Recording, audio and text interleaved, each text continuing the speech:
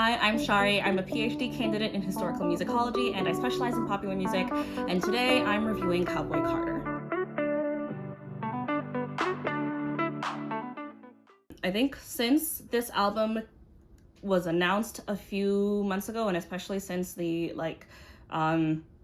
graphic design and the album photos have been out, there's been a really salient discussion about embracing like Black nationalism or just nationalism in general, like in the face of racism, or like an attempt at attempting an anti-racist album by participating in Black nationalism.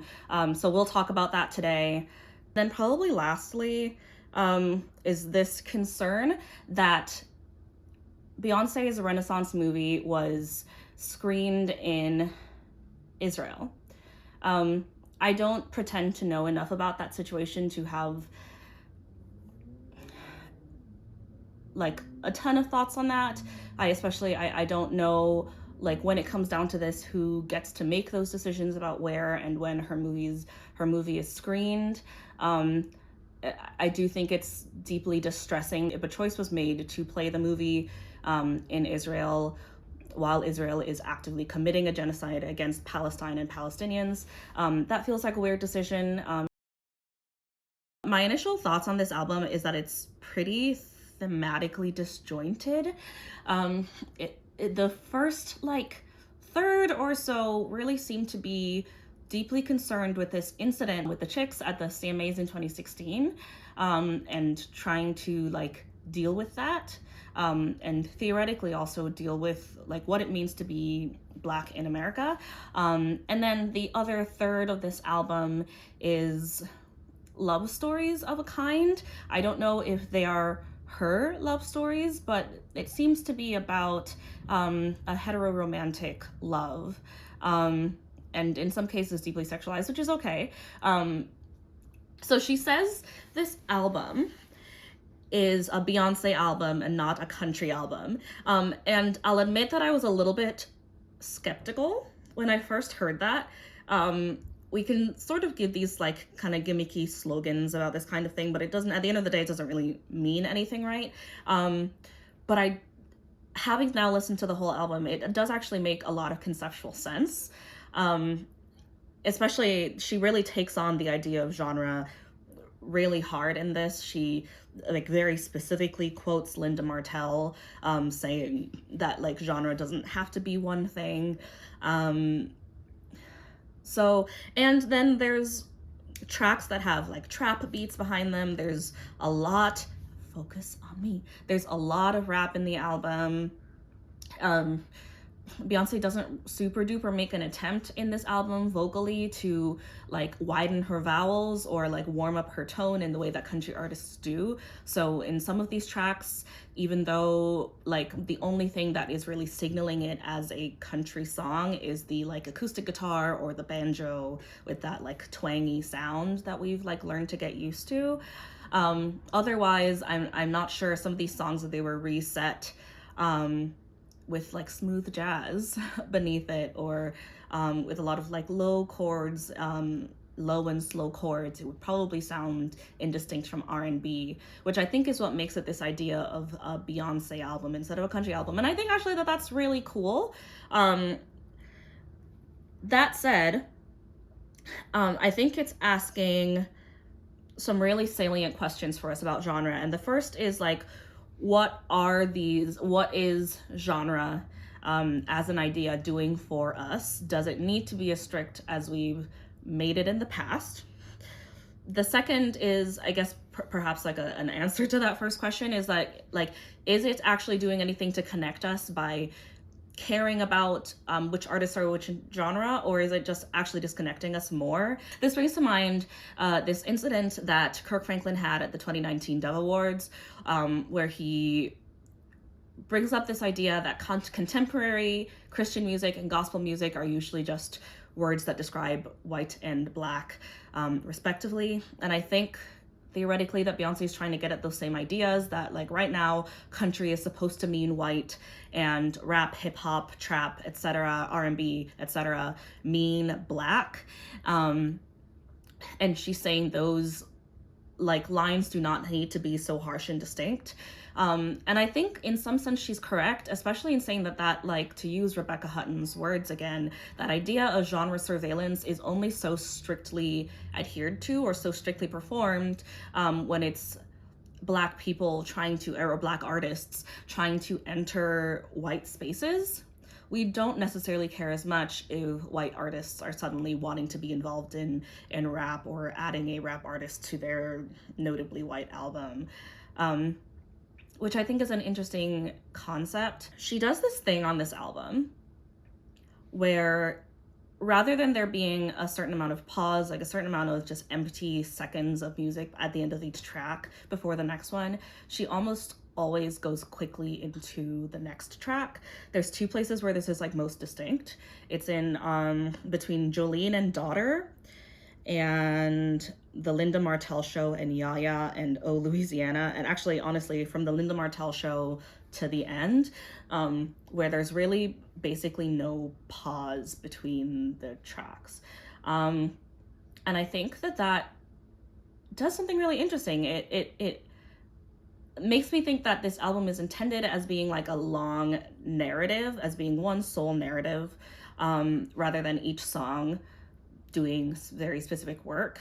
I don't know that it quite makes sense that way. While the album is both thematically and sonically disjunct, its sonic disjunctness makes a lot of sense to me. If this album is about embracing unity and union, which again we'll talk about. But again, it doesn't make sense to me, the thematically disjunct part, it really doesn't make sense to me, again, if this album is about unity and union. That narrative is not so clear to me. That said, I'm really not in on the like Beyoncé lore. So you let me know. Am I missing something that I should know about that would make better sense of this narrative? But I still do think it's a really interesting tool to use, not choosing to not have silence between the tracks. I really think the movement from Jolene into Daughter is actually really beautiful, and I'm waiting for somebody who is much more talented than I am to splice those two songs together. I actually think that'll end up being a really cool piece of work. Okay, and then lastly, this album makes me think about the idea of creating activism in music. While Beyoncé does not explicitly call this like album an attempt to bring about a Black country activism, she does pretty explicitly say that this album is meant to propel herself past industry limitations, and to like dive deep into this like rich history of not only country but Black country. And I think it's really important for us to ask whether or not she does that successfully. I think this album is a lot of things, but it isn't activism. And I think at best reveals a deep disconnect that Beyoncé has with just the rest of Black America. And then finally, when she's describing this incidents with the chicks that like left her feeling unwanted or unwelcome, I would have expected a certain amount of anger or grief at that knowledge. And maybe there is a little bit of grief on this album, but there isn't really any anger. And without making a judgment call about that thematic decision or that sonic decision, I think we'll move more into my thoughts on each song specifically, but I am very curious about whether or not this like very pervasive theme of like unity and faith and happiness and togetherness is doing the work she supposedly wants this to do. Okay, and then I think I said lastly before, this isn't the last one. I make decisions on the fly, I choose to be okay with it. Yeah, this album is Act 2, and there's a 2 theme like throughout the naming of the tracks. I don't think that has anything other to do other than the literal like number 2 to just use the like Roman numerals for 2 more often. But Renaissance is both an album I don't know particularly well, and also an album I didn't really like. And I don't know it particularly well because I don't really like it, and I couldn't make myself listen to it more than once. I can hear the beehive just coming for me after that one. But there's, I think, a lot of pretty clear links to Renaissance in this album. She does say that she had initially planned on releasing this one first, and I wonder if Renaissance, I might have liked it better. I wonder if it would have been more widely liked and perhaps more critically acclaimed even if it had, if Cowboy Carter had come first. Yeah, I think that if this album had come first, it might have made a little bit better sense of Renaissance for me. And I think my next task, both as just like a casual listener, but certainly a scholar, is to actually give Renaissance a second listen now that I have listened so closely to Cowboy Carter, and see if I like it more and see if I can understand better what kind of work it's doing. Okay, so the good. There are some actually really great songs on this album. American Requiem, I think is probably the best song I've heard this year so far. It really, this whole album actually is just pretty sonically masterful. I'm trying to look more in this camera and not at myself down here, but bear with me, I'm still learning. Yeah, this whole album is really sonically masterful. She clearly had, like, I don't know, I'm really curious about who is doing these choral parts throughout the whole album, but especially on American Requiem, both here and when it returns in the last track. If that is just like Beyoncé layered over herself, or if there are like some background singers who were hired to do this job, sort of like, I don't know, like orchestra players in a movie track. They aren't given credit, even though they have such a fundamental part of like the film sequence, which I think is actually a comment on this whole album. I'm looking at this on Apple Music, so let me know if it's different on Spotify, but there aren't any credits at the end of songs. The only extra credits we get are like in the features. This idea that like she's featured Post Malone and Miley Cyrus and sort of kind of Linda Martell. Once again, we'll get to it. So I think first I have to talk about Jolene. At first I was pretty ticked. She shows like, hey, there's this track called Dolly P. And all Dolly P is her introducing Jolene. We don't actually hear Dolly Parton sing again until much later. And I don't really super duper understand why Dolly P does not introduce the song that Beyonce actually sings with Dolly Parton. That feels like a weird choice. And at first I was pretty annoyed, to be honest, because it felt like, oh, so she like hired Dolly Parton really just to introduce her track. That doesn't super duper make sense to me. Now, the song Jolene is really gorgeous. I think that Beyonce has a really masterful take on that. It's really gorgeous. It's really beautiful. That said, these lyric changes, I think, really change the mood of the song, and not in a great way. You know, before it was like, hey, I mean, at the end of the day, both of these songs criticize women, right? Like both Dolly's original version and the Miley Cyrus covers, like and Beyonce's version, like they all criticize women, right? That doesn't change anything. But what is sort of a like, hey, I'm a little bit jealous of you.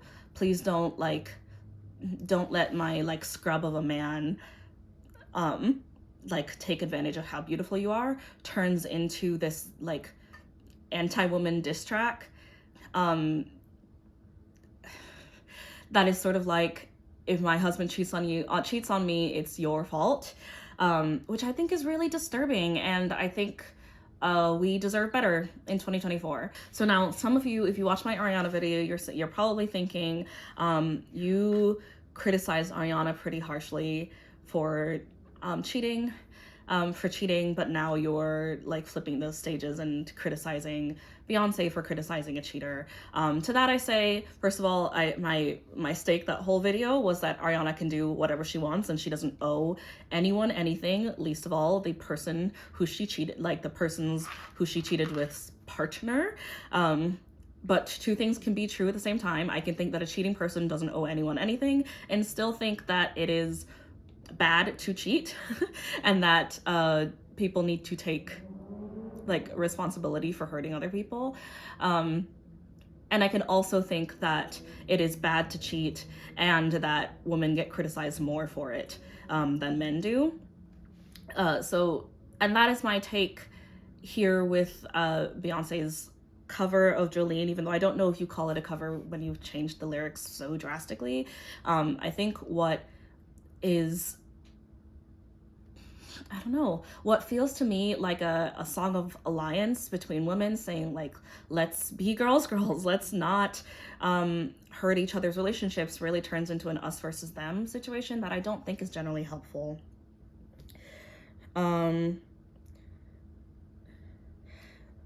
So the probably the last thing I will say about Jolene also is that it,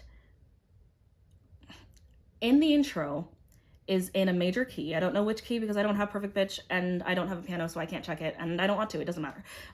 But it begins in a major key, and then when she starts singing Jolene, it moves into the parallel minor, which, while not a bad modulation, I don't think it's done quite harshly. In a way, I think it sets up this like refiguration of Jolene that we're hearing, the fact that it really is not the same song and it doesn't do the same work that it used to. But I would say it solidly represents my disconcertion. I don't know if that's a word. It's a word now because I said it. My like disconcertedness with like the changed lyrics. I think it's an interesting choice. A good choice though. Yeah. Cool.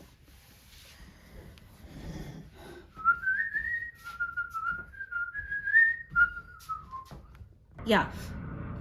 I really love Blackbird. I think it does some really interesting work in reappropriating this idea of a blackbird as like a black person trying to take off in the world, in a world that is so committed and so committed to anti-blackness. I think it was just such a beautiful cover.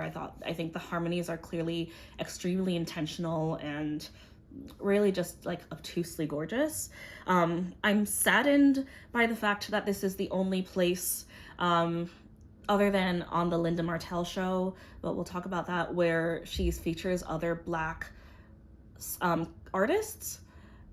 I think it's really sad that this album is about reclaiming her space and her belonging in country, but she only spends time highlighting Miley Cyrus and Post Malone, who both have much stronger and much bigger careers than these artists that she has sort of tagged onto. Maybe that's not fair, but like tagged onto Blackbird. Yeah, 16 Carriages I think is really interesting also. Again, thinking about this narrative of a black person trying to exist in a country and in a place that is like systemically anti-black. These 16 carriages are like carrying away dreams that once hers. I also think that it could be like an allegory for whiteness, or like regency. 16 carriages are is like the kind of wealth that will never be touchable by like the black populace. Protector is a really cool track, and she's talking again about these same ideas that we get in Black is King, I think, actually, about like protecting young black women from the like vileness of the world that surrounds us. that surrounds them and us. Next is this Smoke Hour, this interlude with Willie Nelson called Smoke Hour, that I think does really interesting work. I think when it appears the first time and when it appears again is sort of like a diss track against the radio stations that refuse to play her music, that even like refused to play Texas Hold'em when it first came out, that refused to play Old Town Road, even though it featured Billy Ray Cyrus. The fact that a black man was attached to Billy Ray Cyrus meant that it like simply could not be country. Heavens. Which is really insane. So I think that that is really interesting. I'll have to do a little bit of research on Willie Nelson. I don't immediately recognize that name, to be honest. So let me know down below what the significance or what the significance is of Willie Nelson being on this album, because I actually don't know that, but scholars don't know everything. Did you know that? Anyway. I just wanted to hop in here and say that I noticed when looking more closely at the lyrics later that Maybelline is actually a reference to the song by the same name by Chuck Berry, who is an important figure in Black country music. I'm not really sure I understand why or how Beyoncé is referring to it, other than that it just sort of is there. But I think that that probably leans into this theme of her like sort of tacking on Black country for the sake of it. Texas Hold'em, which I love. When I first heard it, I really disliked it, to be honest. That's probably a little bit of like country phobia, internalized country phobia. But like I've said, for me and for a lot of people, before this album and before we really started getting like down and deep into this idea called Black country, country music was synonymous with white supremacy and misogyny and homophobia and toxic masculinity, and it just was not a place where Black people felt included or wanted to be included. And I was sort of like, why is Beyoncé writing a country album, and what work is this doing, and why do you have this banjo on there that feels like oddly like a Hollywood version of what it makes country? And turns out I was really wrong about all of that. The more I have listened to that song, like the more it appeared on TikTok and the more I've listened to it, even just in listening to this album today while preparing for this video, Texas Hold'em is actually really gorgeous. But I think this is again the first one of the first songs where we finally start to see that like separation between Beyoncé and sort of like the Black populace. Look at these lyrics here. You know, I think that this song is supposed to be like, you know, in country or in country music and in the South, we could be an exclusive place, or you could choose to embrace everybody who shows up there and shows up with you, and share in the camaraderie and dance a do-si-do or a hoedown, whatever.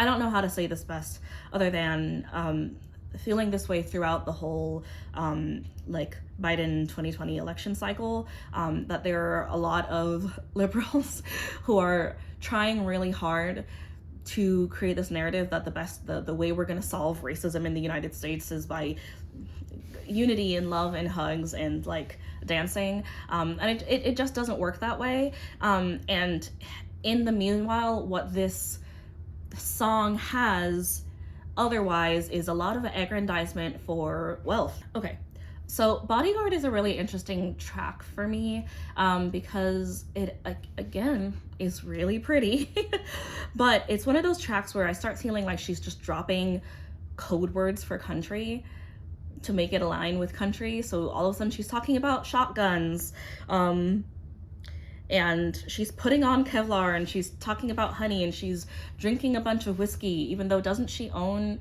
a champagne, like a champagne business and like like, I don't know, skincare or cosmetics or whatever, which is really interesting to me. And at the same time, it's a love song, and I think it's a cute love song. But these aren't ideas we've ever seen from Beyoncé before. And while, again, I do think that this album in some stances is really well researched, for example, the inclusion of banjo playing on Texas Hold'em, which like banjo playing is an important part of the history of Black country. But then there's other places where it feels a little bit like this is a country song because she's like filled it with some like country dog whistles, for lack of a better word, and that's sort of like all the work it does. Yeah, so Spaghetti Eye I think is the most experimental song on this album, and when I say experimental, I don't mean that she's experimenting with genre. I literally mean that there's just like the most sonically going on in a way that maybe doesn't like quite make sense to me. I don't know, there's like this odd production underneath this song that I can't really tell what it's doing. It sounds a little maybe Afrofuturistic, maybe that's the direction she's trying to go into, but yeah, it's just a little weird sounding, which I think makes sense if the ethos of this piece is, hey, there's no such thing as genre, like genre doesn't have to be this strictly defined thing. So I guess it works. I just don't know if I particularly like it. Alligator Tears is, I think maybe my second favorite track, second only to American Requiem, which I've already talked about so many times. Yeah, I'm wondering, is Alligator Tears an allegory for whiteness? Sort of the only thing I could think of when I was listening to this was the idea of white women tears, and like creating victimhood where it doesn't exist, as like an act of white supremacy. Yeah, Just for Fun is one of those songs that if it had been reorchestrated or reset could just as well be R&B, dragging this line of like what makes the genre. Is it the themes? Is it the rhetoric? Is it the sound? Because it really doesn't sound like country until the like acoustic guitar enters on the second verse. That choral entrance feels a lot like gospel, which makes a lot of sense because country and gospel have the same like root in blues themes, and I mean, Black music has always been pretty collaborative. I think it would have been weird if there wasn't any gospel on this album. But there's also this idea in the song that also uses gospel themes to talk about like being born in darkness and brought into the light, which I just think are really weird and really unhelpful. It's just like a general Christian narrative thing that is probably meant to be really innocent, but I think could be really construed as really dangerous if we're constantly adhering whiteness to purity and goodness and darkness to sin and just like sin and death and bad, which makes me think like, is the work this song trying to do, is this song like about being in a broken place, or like the systemized racism that makes life hard for Black people or Black humans in the United States,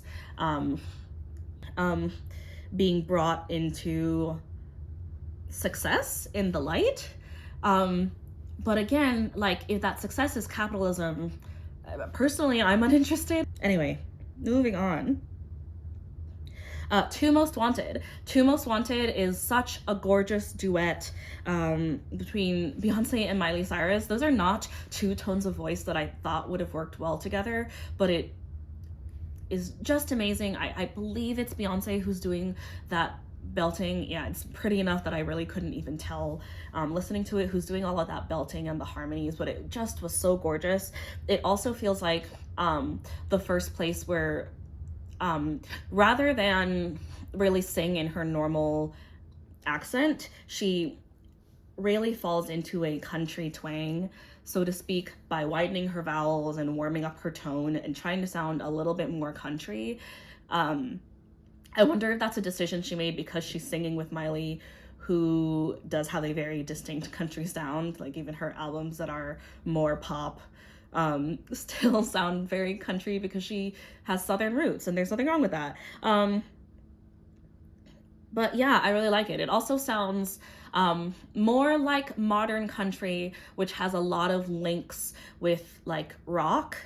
So a lot of like heavy when I say brass, I don't mean brass instruments, but like brass strings on like a heavy metal guitar, which I think is really just nice and fun. Levi's jeans, again with 2 eyes for the Roman numeral 2 because it's Act 2. Didn't you know? Which is with Post Malone, and I think this song is fine. But it does make me think that all 3 of these features, you know, the Willie Jones, Miley Cyrus, Post Malone, that they're just sort of there for features. This is, to me, the place in the album where the themes, like, really distinctly are, like, this album is no longer about being a Black person in a white space. It is about, it's a love story, except I can't tell who this love story is within. It's a very pop country take, reminiscent of like Red era, especially some of the Red TV era songs like Better Man and I Bet You Used to Think About Me, or I Bet You Think About Me. Yeah, correct. And there's just this one line that really irks me. This came up again in the Ariana video, but I don't know. Maybe let me know down below if I'm being silly. But there's this line that says, "The way you tease me in them jeans," which makes me deeply uncomfortable. I think there's objectively nothing wrong with like appreciating the way a woman looks or like liking the way her body looks. But I think trying to like allege or creating this idea that when women wear clothes, they are teasing men or provoking men, could be really dangerous. And that brings to mind immediately actually like Dress from Taylor Swift's Reputation. But I think the difference there for me is that like Taylor is being invited, is inviting not everyone, specifically her lover, who she's talking about that album, to worship her in that clothing. In this sense, Post Malone, or just like whoever this character that Post Malone has created, is singing as a man who is looking at a woman saying, clearly you got dressed up for me and it's working. Anyway. Flamenco. I don't have much to say about this track. It didn't do anything for me. I think the claps are meant to emulate castanets. There's also the classical guitar, the like da da da da da da da sound, which is pretty notable for flamenco. So I think it's cool, that addition. It's unclear to me what that has to do with Black country, other than that like the Romani are a people whose music is also constantly appropriated. But then again, because my version, the Apple Music version that I'm listening off of, doesn't have song credits or doesn't have writing credits, I don't know if there's an actual flamenco artist or a Romani artist like along on this track. I would love to know more about that. Okay, next, the Linda Martell Show. This was the song that I was most hyped to hear about. If you watched my video last week, Linda Martell is one of the premier Black country artists. She was the first woman to be full-time at the Grand Ole Opry, first Black woman to be full-time at the Grand Ole Opry. So I was really excited, and it was really clear to me that Beyoncé did a lot of research in coming into this and seeing who her forebearers are, so to speak, and wanting to highlight them. This song is, however, not about Linda Martell. It's, in fact, it's not a song at all. It's Linda Martell introducing Beyonce's next track, which I also don't particularly like. And it feels honestly like a little bit of an afterthought. I don't like it. I have seen like a Linda Martell quote with her saying something like, I love this album and I think it's doing like really good stuff, but I think I disagree. I think it's up to Linda Martell to decide if she feels that she's being appropriated, but I think I'm, again, just generally disappointed that she could have had 3 features, and it certainly didn't have to be Linda Martell. There's so many Black country artists that she could have like had a featured track with, but she didn't do that, and I think it's a little disappointing. Yeah. It quotes, "These boots are made for walking," which only makes me think of the Gilmore Girls. I don't know what that does. I also don't really understand why. This is one of my confused tracks. Yeah, I don't know why they spell the word behind. I don't know. If you're in the Beehive, can you let me know what that means? But yeah, I think this is the first song that really disappointed me. I don't know about you, but I'm like pretty sick of hearing very wealthy people. I don't know, Beyonce's not a billionaire, so maybe she's not 1% rich, but like 2-3% rich. I don't know if it makes that huge of a difference. Really rich people talking about class disparity as if she does not benefit from it. I feel like I can't take Yaya seriously until I know what every single person who labors under her makes, and if it's not a living wage, then she has absolutely no right to be singing this song. Like, no amount of keeping the faith is gonna fix racism.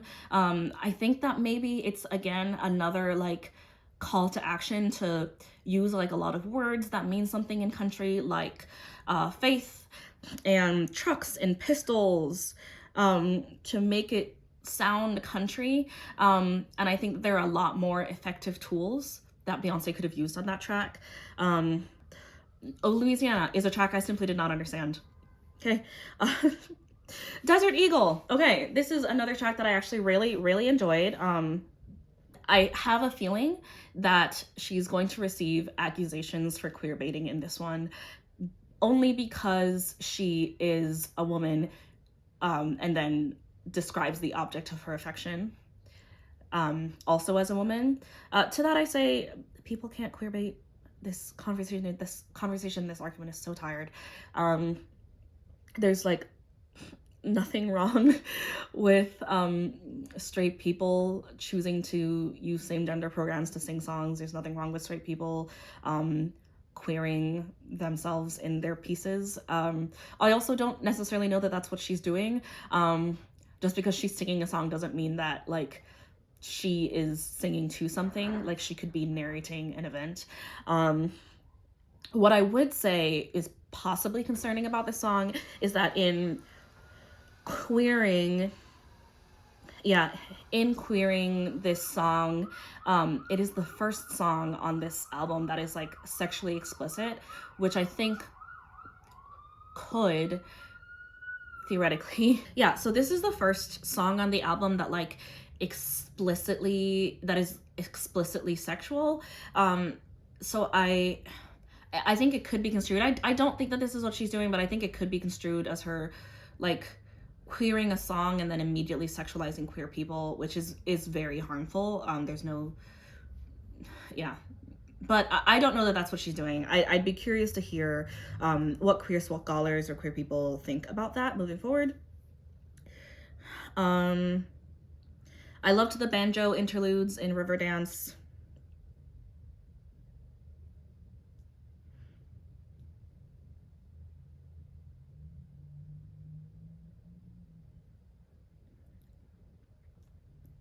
Okay, so the word amen sort of translates to "let everything I've spoken come to pass." I'm curious if that is like a reference to the album as a whole or just this track. I do think it is a reference to the album as a whole, because it sort of does this like A prime thing where we start with American Requiem and then there's like all this stuff and then we like get American Requiem again at the end. So in which case I still am asking, like, what exactly are we asking to come to pass? Is it the love story? That doesn't really make any sense to me. I don't know. Okay, so the track that doesn't really make any sense to me. Anyway, so that was my review of Cowboy Carter. I just want to say one more time that I do not hate Beyonce. I think it's worth asking whether or not this album does the work she, while not explicitly suggests, and I think the answer to that is no. I think at the end of the day, this is Beyonce's take on a country album, and while it is, I think, a quite good album, I would give it a solid I'm not gonna do that. No, I won't. And ending my train of thought right there. Not doing it. Not taking the bait. Not taking the bait, Beehive. Beehive, please be nice to me. Yeah. Yeah, this is a really great album. Will it win album of the year? We'll see. Anyway, thanks for watching. I will see you next time, which is when? I don't know. Bye.